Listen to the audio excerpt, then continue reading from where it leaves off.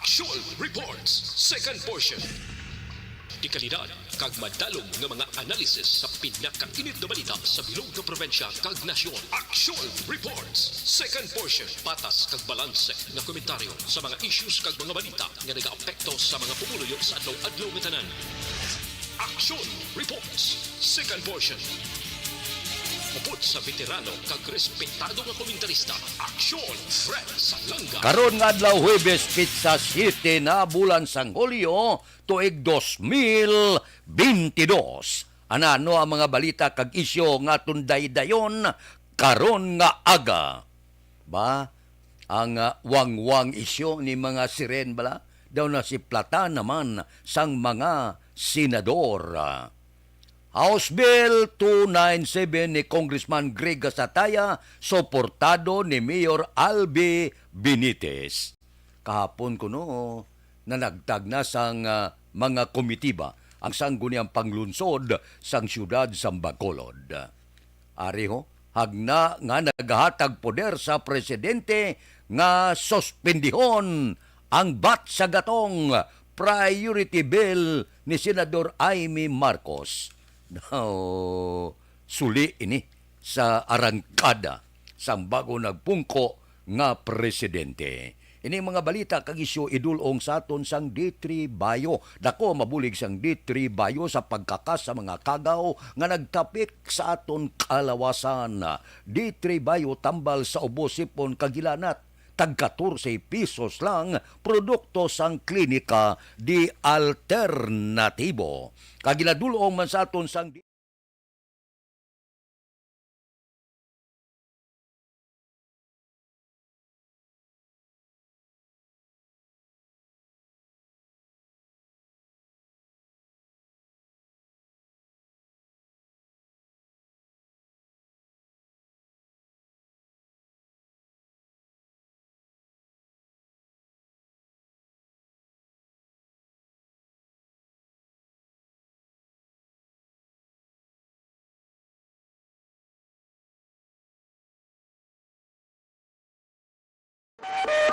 Aksyon Radio Philippine Standard Time las 6:37 na.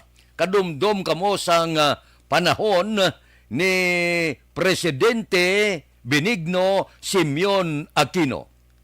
Sa iya inaugural speech ang tuig 2010 siling sang anay Presidente no more wangwang. Dumdum kamo na, walang wangwang. No more counterflow. No more lagay. Wala sa mga siren nga dapat mabatian sa mga dalanon. Ining wang-wang bala nga uwang-uwang sa halaga siren daw hari sang dalan. Bangod sini, pila ka mga senador ang nagpalayag nga daw ginaabusara na ang siren kag wang-wang. Nya daw makita mo gibala nga simbolo sa pag-abuso kag poder kag mga arugante. Sino nagsiling sini? Si Senador Joseph J.B. Ejercito. Siling niya daw sobra naman ang ginagamit nila. Tuduhan lapadlagan, pawangwang sila, pasirin sila. Do ato balang sila ang hari-hari sa dalanon. Kisa niya, wala pa na emergency. Tisiling niya, nagalaom siya nga si Presidente Marcos kinhanglan nga mag-isyu man sang pagdumili sining mga hindi otorisado ang hindi otorisado nga paggamit sang blinker kag mga siren. Of course, kung otorisado, katulad sining mga ambulansya, inaya otorisado ina sila. Ang nabalaan nila nga suno sa report ang makagamit lamang nga i-blinker mo, isiren mo ang salakyan kung ang presidente, vice-presidente, senate president, speaker, kag chief justice entitled lang sa motorcycle escort convoy.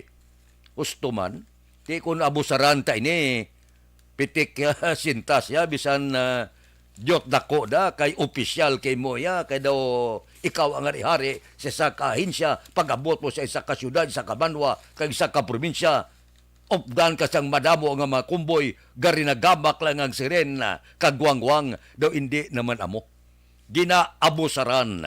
Ini pagabay sa mga senador. Posible, nagdangat na ini sa igkalupangod ni Presidente Bongbong Marcos. Kasang una sa panahon ni Aquino, siling niya wala sang wangwang.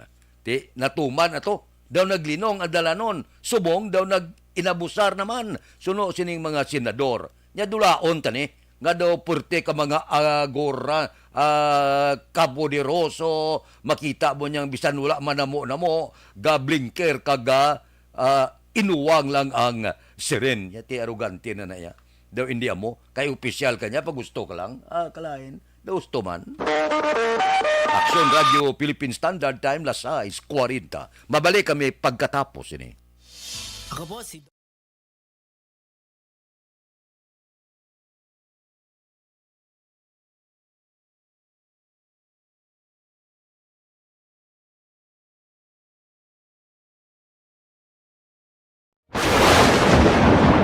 ang elementary nga evacuation center na concerned in baha man. Uy. Kaya Kaya pinagamat-amat evacuation kumansaka na- ang tubig. Actually, ikaw po Medyo mataas na ang tubig. So, ulat natin nga traffic para nga ng traffic to or nag-traffic dito sa sulod ang Mang continuous rain ang isang good sa factor sa pagsaka ng sining tubig sa subong. Ang Pilipinas sa mayas ng early warning system para mahibaluan ang lakas ng panahon. Gani, wala sa rason nga hindi kita makapreparar karon ni rainy season. Yari ang pila ka mga action tips nga dapat mo may baluan. Kung nagapuyo sa lugar nga masabi ginabaha, mag-monitor sa balita para sa anunsyo sang pag-asa sa lakat sang panahon. Isa sa pinakapos nga pamaagi para malikawan nga magsulod ang baha sa balay, among paggamit sang sandbag. Ang sandbag ang isa ka sako nga may unod nga balas nga pwede ibutang sa pertahan o kung ginaagyan sang tubig para temporaryo nga makontrol ang pagsulod sang tubig sa inyong nga balay. Antes naman ng rainy season, dapat nakapreparar ka na sang pagkaon, flashlight, pito, kandila, hygiene kit, power bank, transistor radio, importante nga mga dokumento kag iban pa nga kinahanglanon. Ini ang dapat isulod sa go bag nga dapat ibutang sa isa ka lugar nga mapus kuhaon sa tion nga kinahanglan nga mag-evacuate. Sa tion sa pagbaha dapat butangan sang tape ang saksakan sang mga outlet kag ibutang sa mataas nga mga lugar ang appliances. Kunyara sa evacuation center, dapat man nga ipatuman ang minimum health protocol, face mask, face shield kag social distancing batok sa COVID. Sa panahon sa tig-ululan, dapat man proteksyonan ang ikaayong lawas batok sa pila ka mga masakit, kang isang dengue, leptospirosis, cholera, typhoid fever, hepatitis A. Nagpanugyan man ang DOH kay pabili ng proper hygiene kay pag-inom sang limpyo nga tubig. Lutuon sang gusto ang pagkaon para malikawan ang contamination. Maghugas sang kamot antes kag pagkatapos ang kaon kag matapos nga mag-usar sang banyo. Likawan man ang paglangoy o kon pagtubog sa baha. Kini sa Action Dale Salazar para sa Action Tips nga nagapahanundong nga maghalong sa tanan nga tion. And the winner for Digital Storytelling Best Social Media Video is John Dale Salazar, Bacolod, Aksyon Radyo Bacolod, Nurse, DHW, kag iban pa. Magluwas sa mga frontliners nga nagarisgo sang ila kabuhi sa sulod sang hospital. Nagakaangay man nga hatagan naton sa pagkilala ang mga frontliner nga nagatrabaho sa sulod sang isolation facility. Ang mga doktor kag nurse nga nagarisgo man sang ila kabuhi sa pagtatap sa mga symptomatic kag mild COVID cases. Ang mga barangay health workers nga gin-assign sa isolation facility, mga cook nga nagaluto sa mga pagkaon sa mga COVID positive. Ang extraction kag disinfection team sang syudad, ang mga utility personnel nga nagakuha sang basura sang mga pasyente. Ini ang mga frontliners kag nakitaan ko ang ila sakripisyo apisar sang manubo nga sweldo o kon allowance halin sa gobyerno. Ako sa Action Dale, COVID positive sadto. Naka-recover sa masakit bangod sa bulig sang sini nga mga tawo. Madamo gid na salamat sa tanan nga frontliners.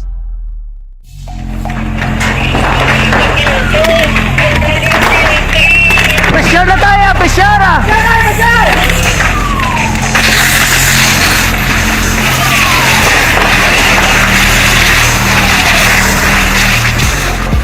Every day is Fire Prevention Day. Gani importante nga maihibalo kita kung paano malikawan ang sunog. Yari ang pila ka mga action tips angot sa fire prevention. Sa tion nga maghalin sa balay, siguraduhon nga naka-unplug ang tanan nga saksakan. Likawan ang octopus connection o kung ang pagsaksak sang madamo nga gamit sa isa ka outlet. Dapat wala man sang overloading sa mga saksakan kag lantawon kung masarangan ang mga appliances nga nakasaksaka. Likawan ang mga substandard nga kagamitan. Hindi pag i-charge ang gadget overnight kaang isang cellphone. Taguon ang mga posporo, lighter, kag iban pa nga flammable materials sa mga kabataan. Kag siguraduhon man nga malayo ini sa kalan. Siguraduhon man nga wala nagalik ang inyong nga LPG. Sa isa ka business establishment, dapat mayara sang fire extinguisher kag dapat nakahibalo ang tanan sa pag-usar sini. Hibaloon man ang expiration date sang fire extinguisher kag i-refill kung expired na. Magpreparar sang fire exit plan laki padiri ang emergency exit o kung ang lugar nga wala sang harang nga pwede guwaan sa tion sang sunog. Dapat nakasave sa inyong mga cellphone ang mga emergency numbers nga pwede tawagan sa tion sang emerhensya. Kung nagakalayo ang imo nga lawas, himuon ang stop, drop, kag roll. Para malikawan ang sunog, nagakinahanglan ini sang partisipasyon sang publiko. Kung nakahanda kita sa mga kalamidad, dapat preparado man kita sa sunog. Ini sa Action Daily Salazar para sa action tips nga nagapahanumdom nga maghalong sa tanan nga tion. Tungod sa pamahog sing COVID-19 pandemic, madamo sing kompanya kag local government unit ang nagpatuman sang work from home sa ilang mga empleyado. Naga-work from home kung naka-close contact sa nagpositibo sa virus o kung mismo nagpositibo sa COVID-19. Madamo sang benepisyo ang mahatag sang work from home, pero hindi naton malikawan nga ma-bored kag ma-stress bangod sa sini nga setup sa masobra na isa ka tuig nga pagpakiaway sa COVID-19. Base sa pagtuon sa United Nations International Labor Organizations, nagatugas sing Aksyon Radio Philippine Standard Time las 6:46. Do madayon gid ang redistricting kay nagasuporta si Mayor Albi Benitez sa House Bill 297 nga ginfile ni Congressman Greg Gasataya. Ano ini siya? Magatunga sang syudad sa duha ka distrito. Ari ay kon magpasa resolusyon ang sangguniang paglunsod, magapabakod ini nga dalon dito sa Kamara. Kon madayon ini, ang ginatawag duwa ka distrito sa Bacolod, areho, ang mga lugar nga basi may kursunada kamo nga magpapili, labi ningid sa mga konsyal kay ang duwa ini ka distrito may tagwalo-walo ka konsyal, so may ara kamo tsansa nga kung may ara dira nga luyag magpapili pwede na sa pihak kag sa pihak waloman. Ano ini nga mga lugar? Ang first legislative district. Ang mga lugar ini amo ang Barangay 1, Tubtob 31, 33, 41. Dala ang Alangilan, Banago, Bata, Estepania, Granada, Mandalagan, Montevista, Villamonte, kag Vista Alegre. O kung na partinisir ikaw sa first legislative district, pwede ka mo ka papili da. 8 ka mga konsyal ang dapat mapili da. Kag isa ka congressman, of course. Sa second legislative district, ini amo ang pagabukusan sang Barangay 32, Tubtob 34, Tubtob 40. Dalasa ang Alihes, Kabog, Pilisa, Handumanan, Mansilingan, Panukoy, Punta Taytay, Singkang, Sumag, Takuling, kag Tangob. So kung may gana ka mo da, magpapili, konsyal ka magpapili, congressman, pwede na. Kung madayo na ang redistricting. Timayo ni kay siling ni Congressman Greg Gasataya, kwalipikado na ang syudad nga matunga sa duha ka distrito para sa duha ka mga representante sa Kongreso. Ang ibanda mo na to sa Kongreso, kita isa lang. Timahin na ni, kung magduha, may duha na kita ka representante sa Kongreso. Kag kung maayong pagpadalagan pareho kay Congressman Greg Gasataya, bakulod nun ang makabenepisyo. Aksyon Radio Philippine Standard Time, las 6:49. Mabalik kami pagkatapos ini. Mga trabaho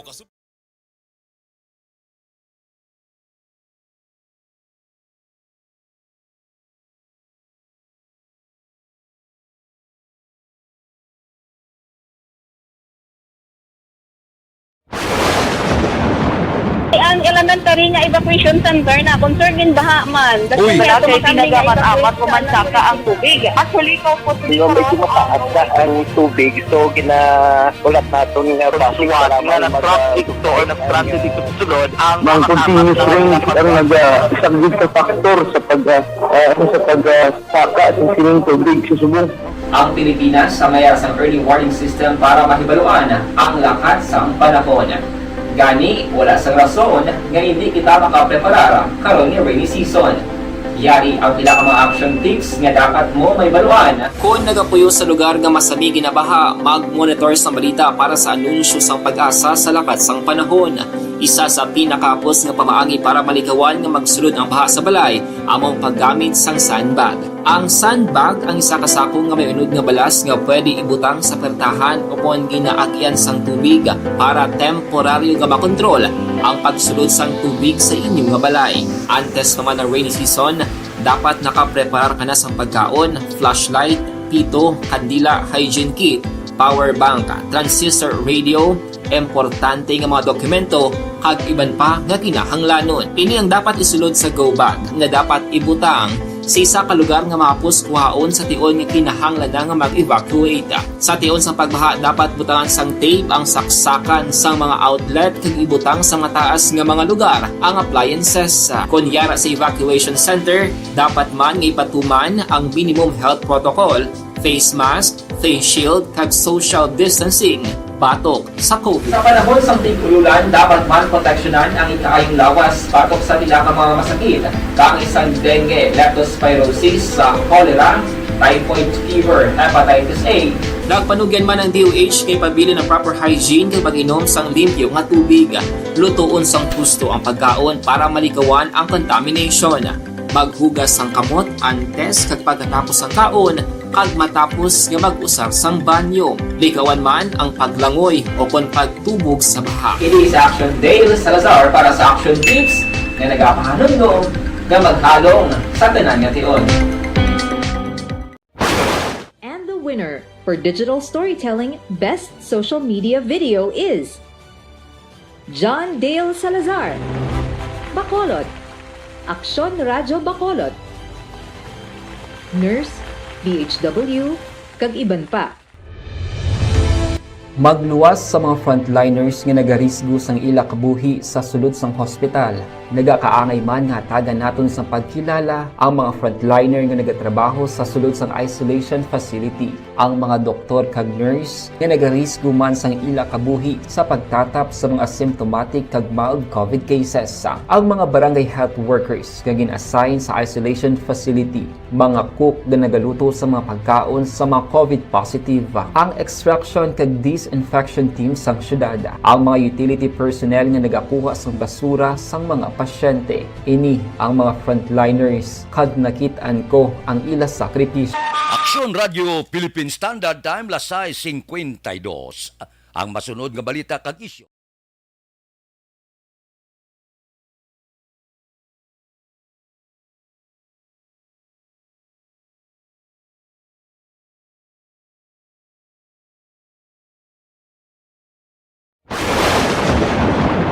Ang elementary nga evacuation center na concern din baha man. Uy. wala kay pinagamat-amat kumansaka ang tubig. Actually, ikaw po Di ba medyo mataas na ang tubig, so ulat natin nga Siwat nga ng truck dito or nag-transit dito sa sulod ang Mang continuous rain ang isang big factor sa pagsaka at sining tubig sa subong. Ang Pilipinas sa mayas ng early warning system para mahibaluan ang lakas ng panahon. Gani, wala sang rason nga hindi kita makapreparar karon ni rainy season. Yari ang pila ka mga action tips nga dapat mo may baluan. Kung nagapuyo sa lugar nga masami ginabaha, mag-monitor sa balita para sa anunsyo sang pag-asa sa lakas sang panahon. Isa sa pinakapos nga pamaagi para malikawan nga magsulod ang baha. Philippine Standard Time, lasay 54. I-submit ko inyo. Nagpili na ng hatag na komitiba ang mga konsehal o mga konsehal sa sanggunian panglungsod. Ti ang report niya sa mga grupo sang asinso niya daw pila kag duha sobra ka mga komitiba samtang ang grupo sang progreso tag-isa lang. Ini wala gini kaso bisan ano lang yung klase komitiba kon serbisyuhan mo lang. Para sa akon okay lang ini, mamanti natural ini sa politika. Kung minority ka, hindi ka kapili sa komitiba mo. Ang mga assignment ginhatag sa kay Councilor Espinom nagasirbe majority floor leader, magauyat sang apat ka komitiba, lakip ng Committee on Education, Laws and Ordinances, Transportation and Traffic kag Urban Planning. Si Councilor Jude Tadio Saison, Chairman sang Committee on Appropriation and Finance, Agriculture and Fisheries, Cooperatives and Livelihood Program. Si Councilor Claudio Puentevilla, Chairman sang Committee on Energy, Environment kag Health. Si Councilor Pao C. ang magakapot sang Committee on Fire, Social Defense kag Natural Disasters kag Public Works. Si Councilor Celia Flor, Chairman sang Committee on Women, Gender, Family and Child Care, Markets kag Slaughterhouse kag Senior Citizen. Si Councilor Vladimir Gonzales, Chairman sang Committee on Ways and Means, Trade and Commerce, Urban Poor, Housing and Resettlement. Si Councilor Jason Villarosa, ang Chairman sang Committee on Information and Communication kag Tourism. Si Councilor Simple Distrito, Chairman sang Committee on Human Resource and Development kag Social Services. Ang sabahin sang Grupo Progreso, si Councilor Israel Salanga, Chairman sang Committee on Government Asset. Si Councilor Imang, ang Chair sang Committee on History, Culture and Arts. Councilor Renisito Novero bilang Chairman sang Committee on Human Rights kag Councilor Cindy Ruas bilang Chairman sang Committee on Labor Management Relations and OFW. Si Councilor Ayesha Joy Villaflor, Chair sang Committee on Youth and Sports, kag si Councilor Lady Glis Palin, ang Chairman sang Committee on Barangay Affairs. Amo ini ang pagpartidahay sang komitiba. Para sa akon, wala diferensya kung tagpila man niyang komitiba nga ginhatag sa grupo Asinso kay sila yung majority mo. Ang importante para sa akon, amo nga matuman kag matungdan ang tagsa ka komitiba sang tagsa ka konsyal kag gintagaan sina nga responsibilidad kag maserbisyoan nila ang mga sektor sa idalom sang ila komitiba. Amo na iya ang pananaw ko. Kung tagpila man niya, wala problema. Ang importante sa tanan, maserbisyohan kag matungdan nila ang ila obligasyon sa tagsa ka komitiba nga ginpili kag ginhatag sa tagsa ka mga konsyal. Good luck sa inyo, komite. Action Radio Philippine Standard Time, Lasay 57. Mabalik kami pagkatapos ini. Life Extension, Vitamin D3.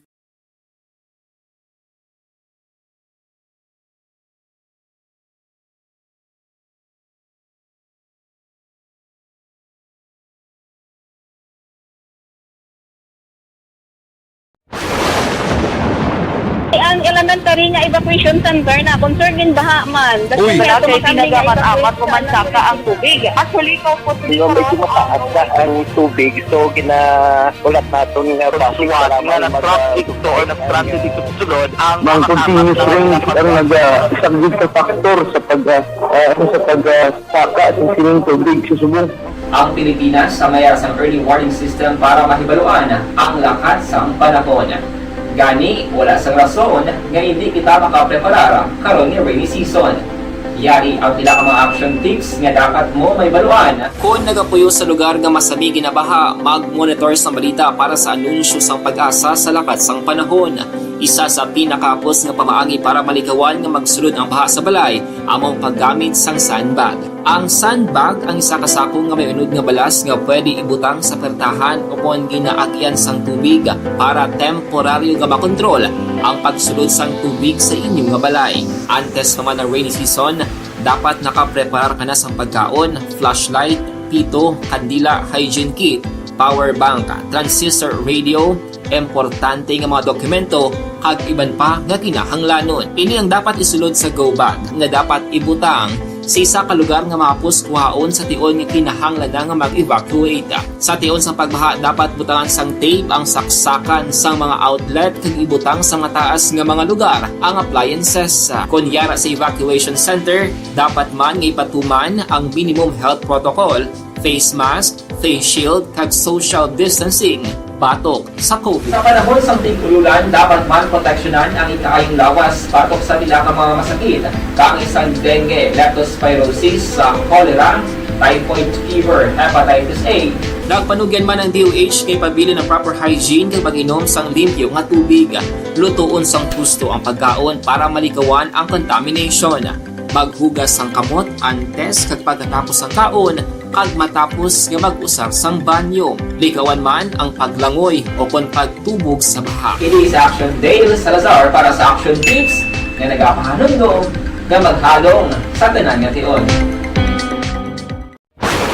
And the winner for Digital Storytelling Best Social Media Video is John Dale Salazar, Bacolod, Aksyon Radyo Bacolod, Nurse, BHW, kag iban pa.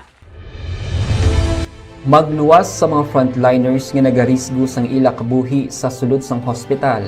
Nagakaangay man nga tagan naton sa pagkilala ang mga frontliner nga nagatrabaho sa sulod sang isolation facility. Ang mga doktor kag nurse nga nagarisgo man sang ila kabuhi sa pagtatap sa mga asymptomatic kag mild COVID cases.